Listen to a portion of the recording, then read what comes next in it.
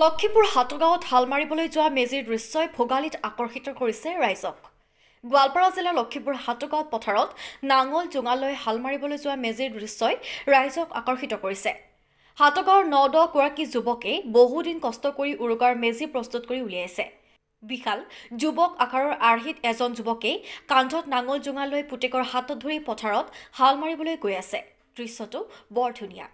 বাঁহ-বেত আৰু খেৰেৰে বনোৱা আৰ্হিটো প্ৰকৃত মানুহ সদৃশ। মেজিটো মেঘা আছাম নামেৰে বনোৱা। মেঘালয় আৰু অসমৰ যুৱক কেইজনে মিলি মেজিটো প্ৰস্তুত কৰি উলিয়াইছে। অসম আৰু মেঘালয়ৰ ভাতৃত্ববোধ বুজোৱাৰ উদ্দেশ্যে এনেদৰে নিৰ্মাণ কৰি উলিয়াইছে যুৱকসকলে। হাল মাৰিবলৈ গৈ থকা দৃশ্যই সঁচাকৈ অসম আৰু মেঘালয়ৰ পুৰণিকলীয়া কৃষি পদ্ধতিৰ বিষয়ে ৰাইজক সোঁৱৰাই দিয়ে। লক্ষীপুৰৰ পৰা মতিউৰ ৰহমানৰ ৰিপৰ্ট, অসম প্ৰেক্ষাপট। গাঁৱৰ নাম কি? হাটগাঁও। এই শিল্পীটো কোনে বনাইছে? এইটো শিল্পী কোন? এইটো আমাৰ মেগা আছাম গ্ৰুপৰ সদস্যবিলাকে সকলোৱে মিলি বনাইছে। ইয়াৰ উদ্দেশ্যটো কি আছিলে? উদ্দেশ্য মানে আমি যোৱা 4 বছৰৰ পৰা এনেকুৱা ভেলাঘৰ কাৰ্যসূচী কৰিছিলোঁ।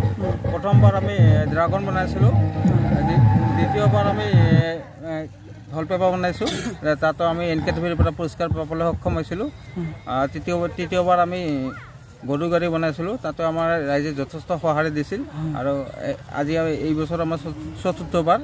এইবাৰ আমাৰ এটা মানুহে মানে কৃষিভিত্তিক মানে কেনেকুৱা ধৰণে আগতে কৰিছিল আৰু কি, সেইটো ৰাইজক দেখাবলৈ কি কৰিছে চেষ্টা কৰিছে। ইয়াৰ উদ্দেশ্য মানে কৃষিৰ ওপৰত লাহে লাহে এই বস্তুবিলাক হেৰাই যাব ধৰিছে আমাৰ সমাজ জীৱনৰ পৰা। মানে সেইখিনি ৰাইজক আমি দেখাই বিচাৰিছোঁ যে এইটো বস্তু মানে কি কৰিব লাগে, মানে ৰাখিব লাগে আৰু কি সমাজত। ঠিক আছে।